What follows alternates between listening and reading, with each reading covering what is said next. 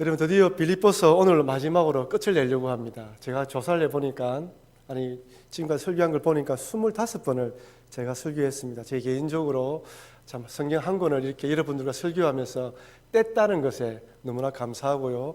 다음 주부터는 야고보서를 설교하겠습니다. 공동서신 야고보, 예수님의 동생 야고보가 쓴 그 서신을 통하여 실생활 가운데에 믿음의 사람이 어떤 믿음의 본을 보여야 되는지 같이 나누면서 은혜를 누리도록 하겠습니다. 이렇게 북교에 와서 한 7개월 동안, 빠진 날도 있었지만 한 6개월 정도 빌립보서를 묵상하게 되었는데, 여러분 참 빌립보서가 보는 각도에 따라서, 어떤 관점을 보냐에 따라서 또 다른 은혜를 줍니다.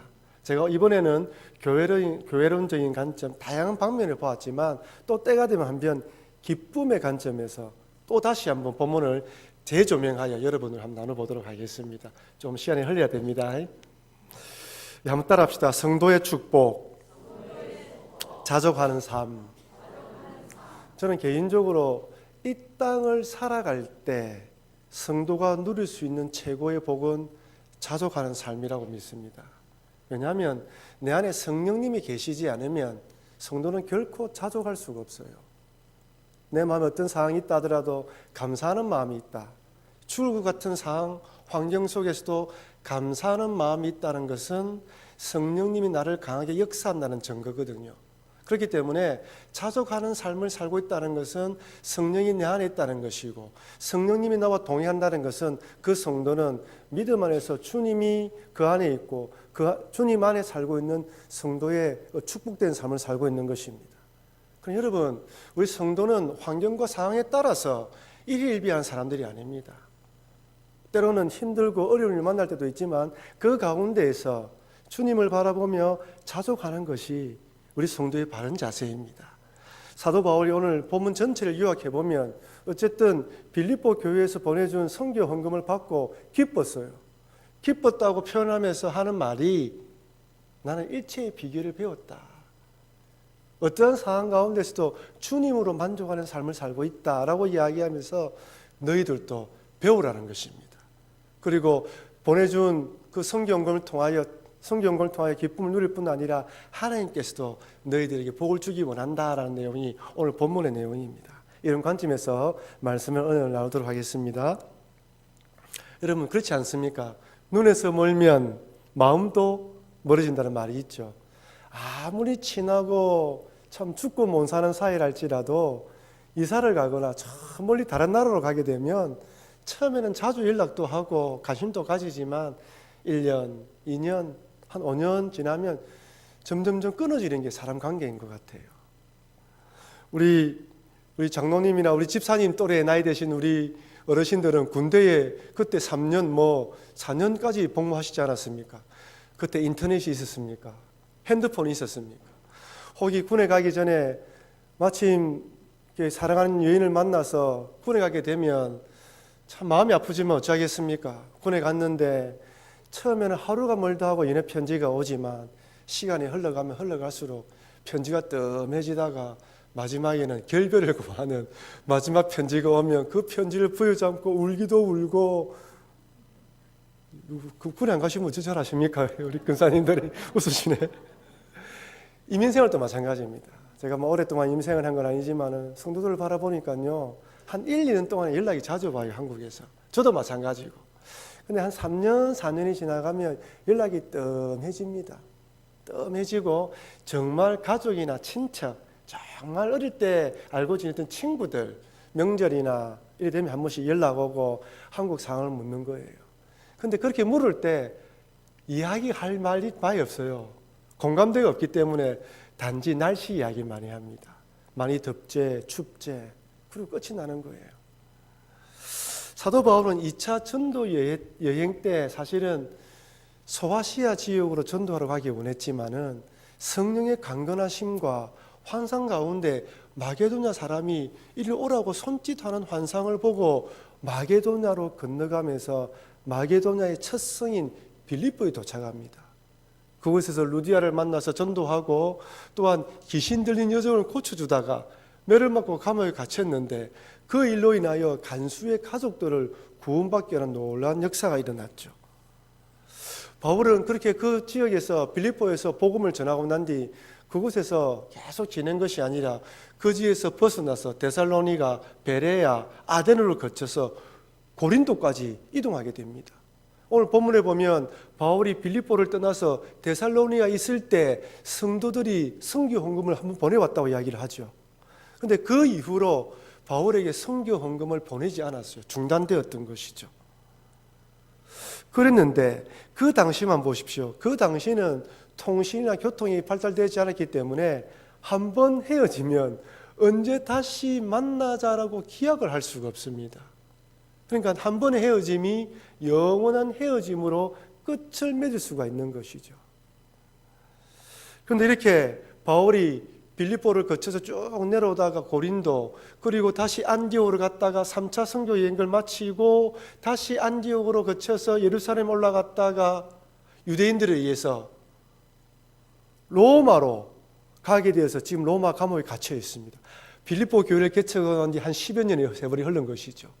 중간에 데살로니가 있을 때 선교 헌금을 한번 보내줬지만 그 다음으로는 헌금이 오지 않았습니다. 그런데 감옥에 있다는 소식을 듣고 빌립보 교인들이 헌금을 모아서 에바브로 디도편으로 보내어서 그 헌금이 도착했던 것이죠. 그래 얼마나 기뻤겠습니까? 그래서 바울이 10절에 이렇게 말합니다. 내가 주 안에서 크게 기뻐함은 너희가 나를 생각하던 것이 이제 다시 사기남이니 너희가 또한 이를 위하여 생각은 하였으나 기회가 없었느니라. 무슨 말입니까? 빌립보 교인들이 바울에게 이렇게 한두 번 보내는 것이 아니라 계속적으로 보낼 것이라고 알았지만 기회가 없었다라고 이야기를 합니다. 중간에 그만두었지만 무슨 이유가 있었던 것이죠. 무슨 이유가 있었을까요? 처음에는 바울이 떠나고 나니까 그 애틋한 마음이 있어서 기억이 남아있어서 막 헌금을 했는데 1년, 2년, 5년이 흘러가니까 기억에서 가물가물해지고 눈에서 멀어지니까 마음도 멀어져서 그렇게 선교 헌금이 중단되었을까요? 제가 이번 주에도 어느 선교사님 가정을 만났는데 이렇게 이야기 나누다 보니까 그런 말씀을 하시더라고요. 교회나 단체에서 후원하는 것은 좀 오래 가는데 개인적으로 후원하는 경우 끊어질 때가 많이 있습니다. 개인 사정으로 인해서 끊어지는 것이죠. 과연 빌립보 교회도 바울에 대해서 한 번, 두 번 후원하고 난 뒤에 조금 멀어지고 자주 보지 못하니까 이렇게 관심을 놓은 것일까요? 그것은 아닙니다. 여러분, 그 당시에 은행이 있습니까? 또한 핸드폰이 있어서 어디에 있는지 알 수가 있습니까? 데살로니가를 떠나서 베레와 지방 아덴으로 고린도로 갔던 바울이 어디에 있는지 정확하게 알 수가 없는 거예요. 여러분, 그 당시 돈을 보내려면 지금처럼 인터넷으로 송금하는 것이 아니라 사람에게 주어야 하는데, 여러분, 사람이 또 그렇지 않습니까?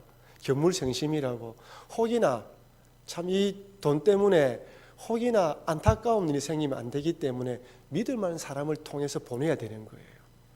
그런데 이제는 어쩔 수 없이 바울이 어디에 있습니까?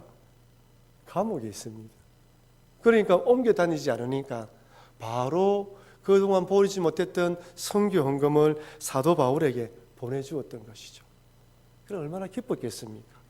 물론 돈이 와서 기뻤다라기보다는 빌립보 교인들이 자신을 잊지 않았다는 것, 그리고 그들이 하나님의 선교 사역에 헌신하려고 한다는 것을 깨달았기 때문에 기뻤던 거예요. 빌립보 교회가 10년이 지나도 여전히 주님 몸된 교회에서 든든히 서가고, 물론 문제가 있지만 그럼에도 불구하고 선교하며 사역하는 일에 최선을 다하려는 모습에 얼마나 감사하고 기뻤겠습니까? 저도 마찬가지입니다. 제가 가르쳤던 아이들이 지금 교회에서 집사가 되어서 재정부나 교사로 여러 곳에서 봉사하는 거 보면 얼마나 기쁜지 몰라요. 저들이 앞으로 저하고 또 얼마나 크게 우리 교회에서 크게 일을 할까 저는 기대를 하고 있습니다. 이건 교육자만이 가지는 감동이죠. 또한 특별히 저만 누릴 수 있는 기쁨입니다. 저처럼 전도사, 부목사로 사역하다가 다시 담임으로 봐서 그분들 같이 사역할 것이라고 사역하는 기쁨을 누리는 사역자가 몇 명이나 있겠습니까? 그냥 교육자에게는 이렇게 함께 동력할 수 있고 그들이 믿음 안에 서가는 걸 바라볼 때 이만큼 기쁜 일이 없는 거예요. 그러니까 바울에게는 기쁨이죠. 잊혀지지 않았다는 것, 그리고 그들이 믿음 안에 성장하고 있다는 것, 얼마나 큰 기쁨이었겠습니까? 여러분, 사도 바울도 연약한 인간입니다.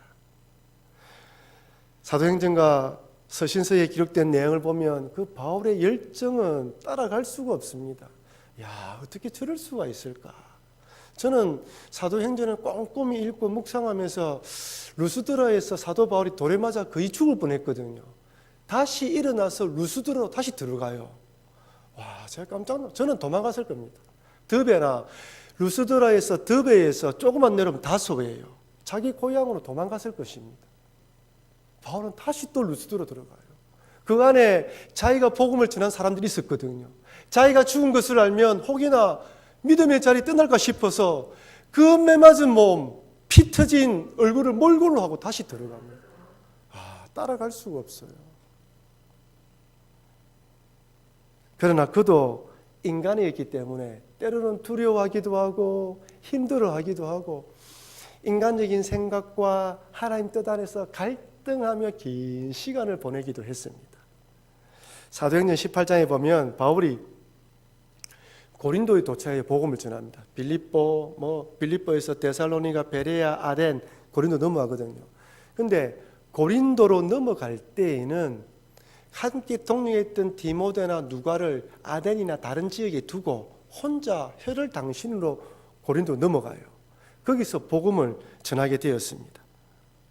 근데 고린도란 도시가 알다시피 항구 도시일 뿐 아니라 우상의 도시고 우상을 많이 섬기는 도시고 음탄한 도시입니다. 그게 신전이 있었는데 거기 여사제들이 1000명이 있었다는 기록이 있어요. 여사제들은 낮에는 신전에서 일을 하지만 밤에는 공식적으로 몸을 팔기 위해서 도시로 내려왔어요.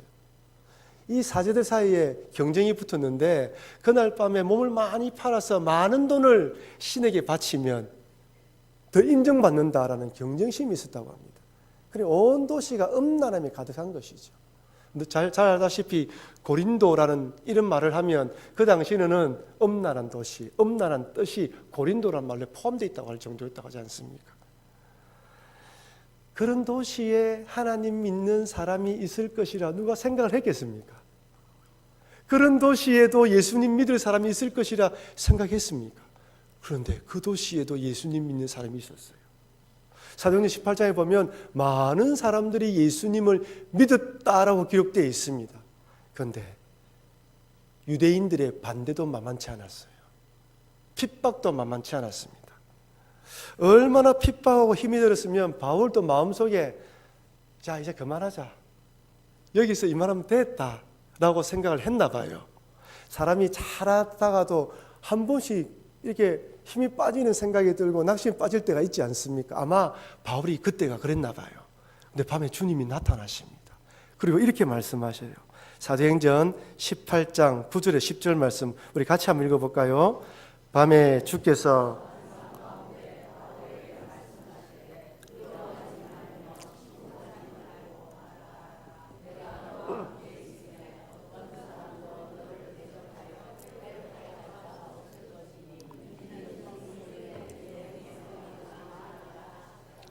밤에 주께서 환상 가운데 바울에게 말씀하시되 뭐라고요?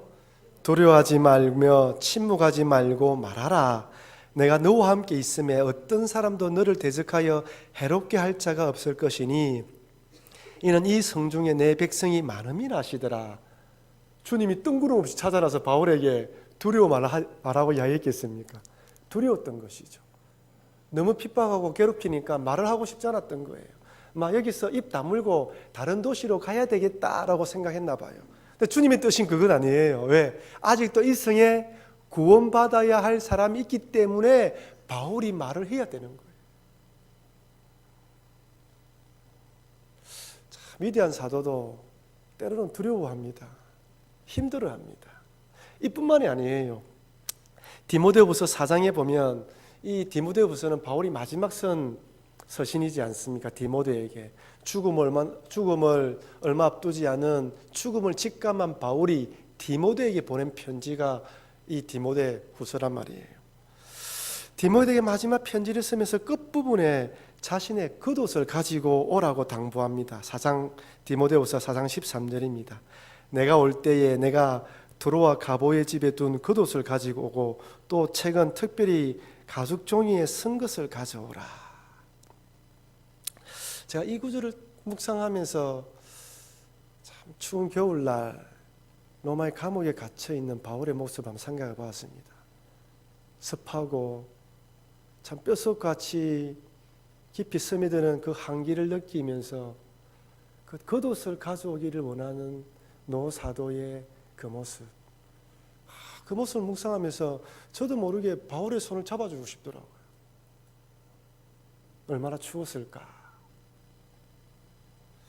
너무나 인간적인 모습, 참 위대한 사도로만 알고 있었는데 참 그 바울이 가지고 있던 손수건만 얹어도 병이 낫고 죽은 자를 살렸고 온갖 병자를, 귀신 들린 자를, 귀신을 쫓아내는 위대한 사도였는데 그도 추위에 떨면서 겉옷이 필요했던 사람입니다.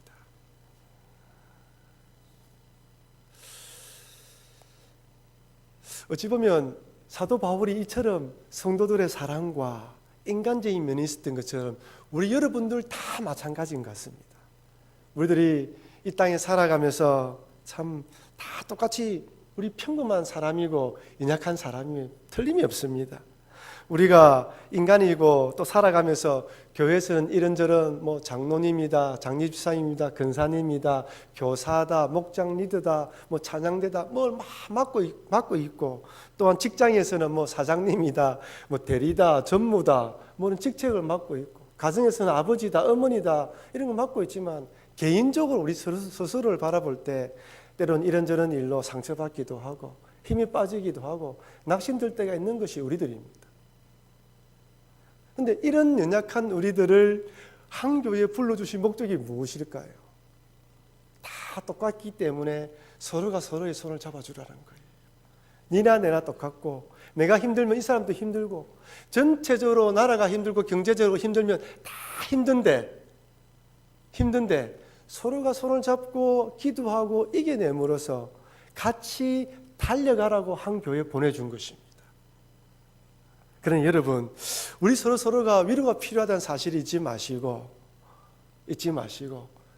그 믿음 가는데 서로의 손을 꼭 잡아주시는 여러분과 제가 되길 바랍니다. 우리 앞뒤 좌우에 계시면 손 한번 꼭 잡아주십시오. 제가 기도하겠습니다. 힘을 내십시오.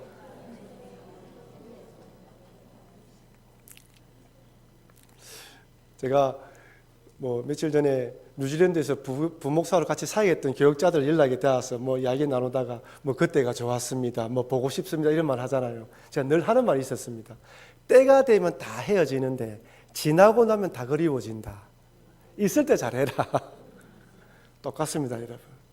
지금 여러분의 이 모습, 이 자리에 있는 거 현재는 보장하지만 내일, 내년은 같이 이 자리에 있는다 보장할 수가 없습니다. 절대 잊지 마십시오. 현재 이 시기 같이 있지만, 그죠? 때가 되면 어떻게 될지 모릅니다.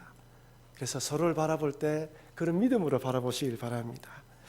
이렇게 빌립보 교인들에게 감사를 표한 바울은 이제부터 자족하는 삶에 대해서 이야기를 합니다. 11절, 12절 말씀 우리 한번 읽어볼까요? 내가 궁핍함으로 말하는 것이 아니니라. 어떠한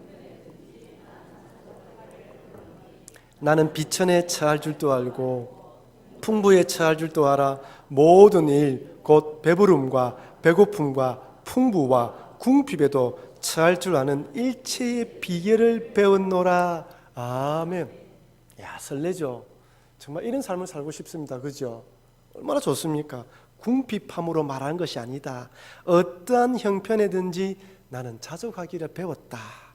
비천에 풍부에 배부름과 배고픔과 풍부와 궁핍에도 처할 줄 아는 일체의 비결을 배웠노라. 여러분, 그렇다고 바울이 이런 궁핍과 어려움과 비천에 처하기를 바랬을까요? 안 바랬습니다. 바울도 인간인데, 여러분, 매를 자주 맞는다고, 매를 많이 맞았다고 그 다음 매 맞을 때 안 두렵겠습니까? 똑같습니다. 두렵죠. 어느 누구도 비천과 궁핍과 얼음에 처하는 걸 좋아하는 사람은 아무도 없습니다. 하지만 처해야 한다면, 만나야 된다면 그것도 그 가운데서도 일체의 비결을 배웠다고 고백합니다. 여기 자족이라는 헬라어의 뜻이 뭐냐면 자기 자신이라는 대명사와 넉넉하다, 충분하다라는 뜻의 동사의 합성어예요. 그게 무슨 말입니까? 자기 스스로 충분히 만족한다는 거예요.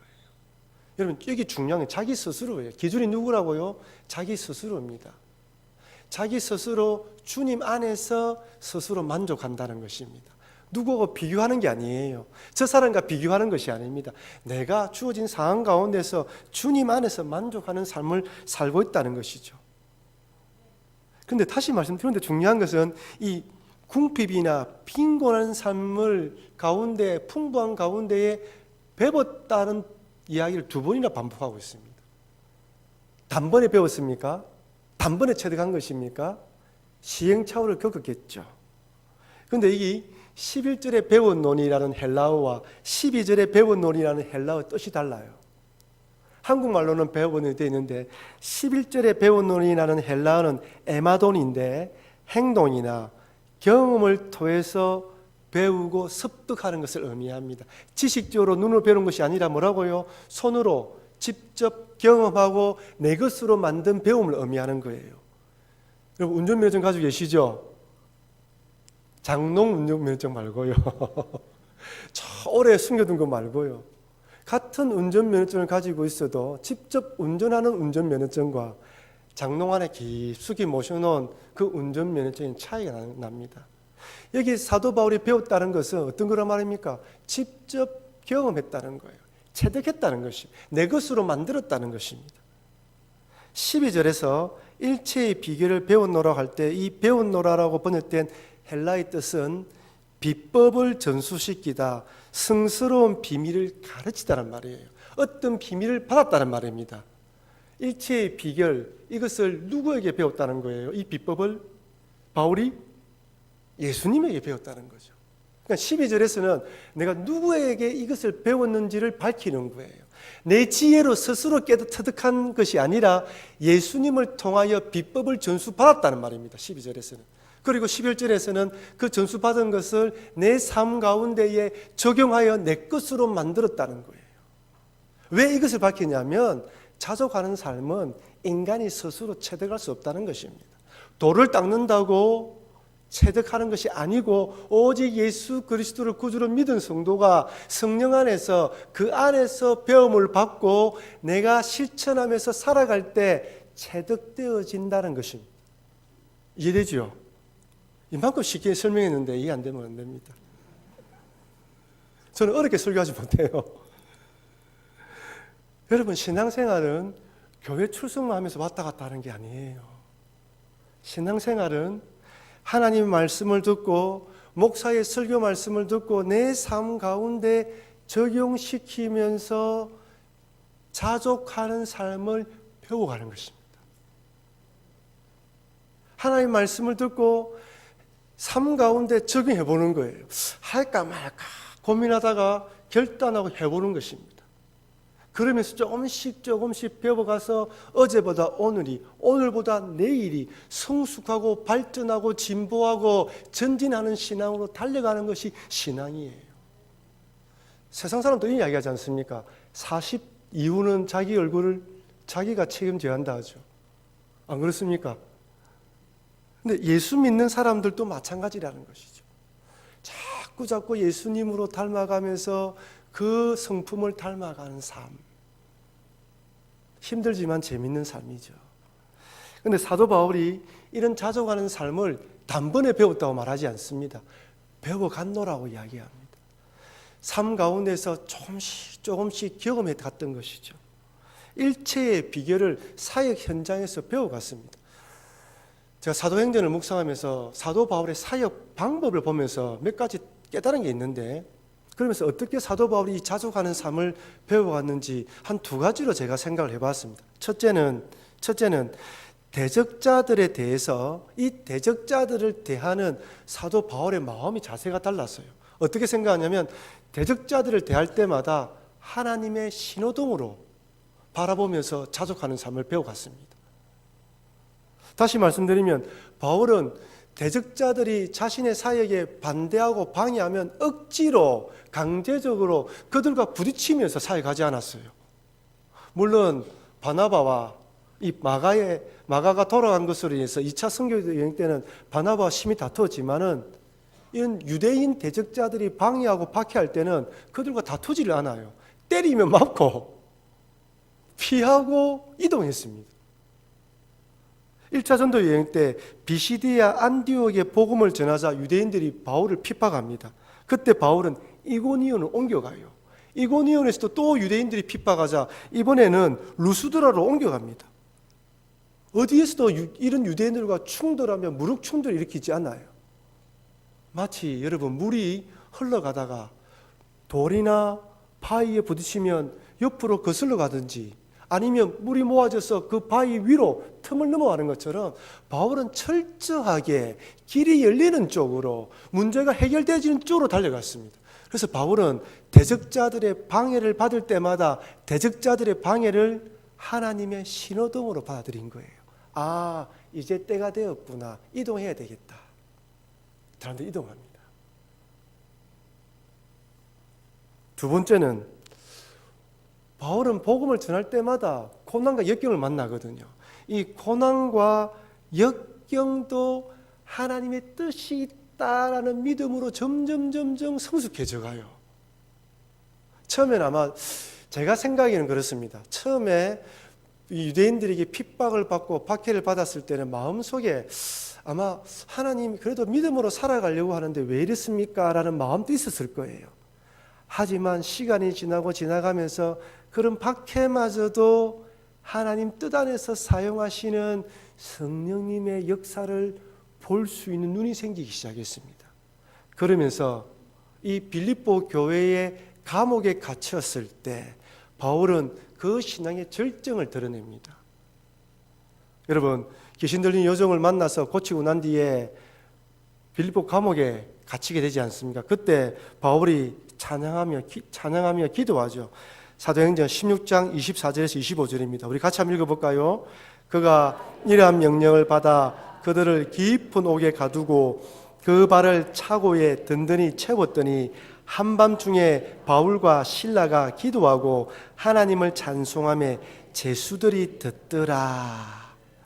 여러분 어떻습니까? 한밤중에 크게 찬송했죠. 옆에 제수들이 들었습니다. 억지로 한 것이 아닙니다. 몸이 아프고 매를 맞아서 욱신욱신거림에도 찬양했어요. 어떻게 이런 찬양을 할 수 있습니까? 여기에도 하나님의 뜻이 있다라는 믿음이 있었던 거예요. 저는 이 모습을 보면서 야, 바울이 자족하는 신앙의 최고의 절정을 보여주는구나. 우리 보통 그리스도인들은 이런 일을 당하면 입으로는 하나님 뜻이 있겠지 하지만 속으로는 꽁해 있습니다. 왜 이러시노 주님? 그죠? 근데 바울이 그런 마음이 없어요. 야, 대단하죠. 비록 실패하고 패배한 것 같은 현실일지라도 얼마든지 하나님께 역사하신다는 믿음으로 주님을 바라보았던 것이죠. 그래 바울이 처음부터 자족하는 신앙은 완전히 탄생된 게 아닙니다. 대적자들의 괴롭힘을 당하면서 그 안에 하나님의 뜻을 발견하고 환난과 핍박을 겪으면서 그 안에서도 하나님의 뜻을 발견하면서 점점 자족하는 신앙, 세상이 감당하지 못하는 신앙, 세상에 건들 수 없는 사람, 세상에 함부로 말할 수 없는 사람으로 성장해 갔던 것이죠. 저도 많이 배우고 싶습니다. 그러면서 오늘 본문에서는 궁핍과 비천에 처할 줄도 알고 풍부에 처할 줄도 알아 모든 일 곧 배부름과 배고픔과 풍부와 궁핍에도 처할 줄 아는 일체의 비결을 배웠노라. 제가 지난 주일날 설교하면서 성숙한 신앙인에 대해서 이야기했죠. 이 모습이 성숙한 신앙인입니다.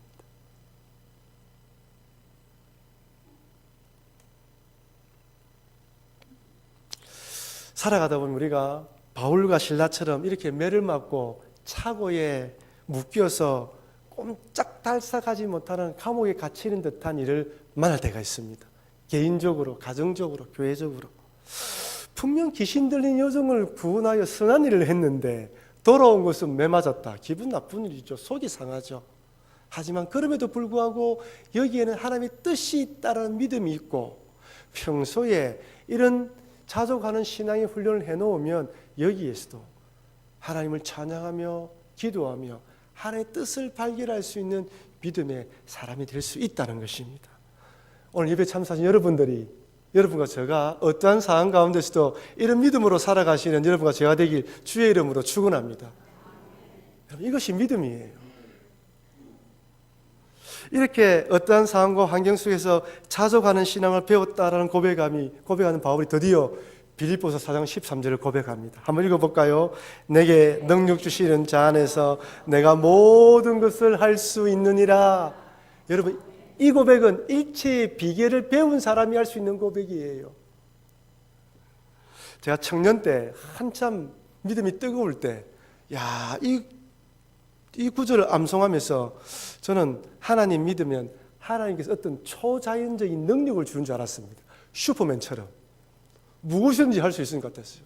그래서 그때는 새벽 기도하고 난 뒤에 저 학년사는 봉수대 올라가가지고 저 김해바 부산을 바라보면서 이렇게 됐습니다. 하나님, 부산을 제게 주시옵소서. 제가 첫눈에 보면 김해까지 제가 복음을 전하겠습니다. 시간이 지나고 깨닫게 보니까 나를 쳐서 복종시키는 것이 제일 우선이더라고요. 그러고 난 뒤에 이 뜻을 깨달아 보면서 그렇구나. 하나님이 어떤 능력을 공급하여서 큰 위대한 사도로 세우는 뜻이 아니라 감옥에 갇히고 궁핍에 처하고 비천에 처해도 그리스도의 능력으로 일어나는 믿음의 사람으로 만들어준다는 뜻이구나 깨달았어요. 여러분, 길거리 지나가다 보면 콘크리트 그 깨진 콘크리트 사이에 들풀 잡초 올라온 거 보죠. 옹벽 옆에 보면 들풀이 올라와 있잖아요. 그것이 바로 자족한 능력 주시는 자 안에서 내가 모든 것을 할 수 있다고 고백한 신앙입니다. 콘크리트 같은 질식할 수밖에 없는 상황, 죽을 수밖에 없는 상황 가운데서도 내게 능력 주시는 주님의 믿음을 가지고 믿음으로 살아가는 것. 세상 사람들 바라보기에 저라면 죽지, 저라면 끝나지라고 말할 수밖에 없는 상황 가운데서도 죽지 않고 일어나서 믿음으로 버티는 것. 그것이 내게 능력 주신 자 안에서 내가 모든 것을 할 수 있는 믿음입니다.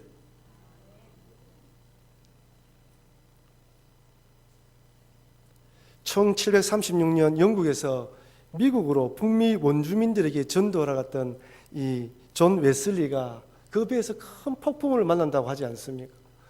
그 당시 이 대서양을 넘어갈 때 큰 폭풍으로 배가 난파되어 많은 사람들이 죽었거든요.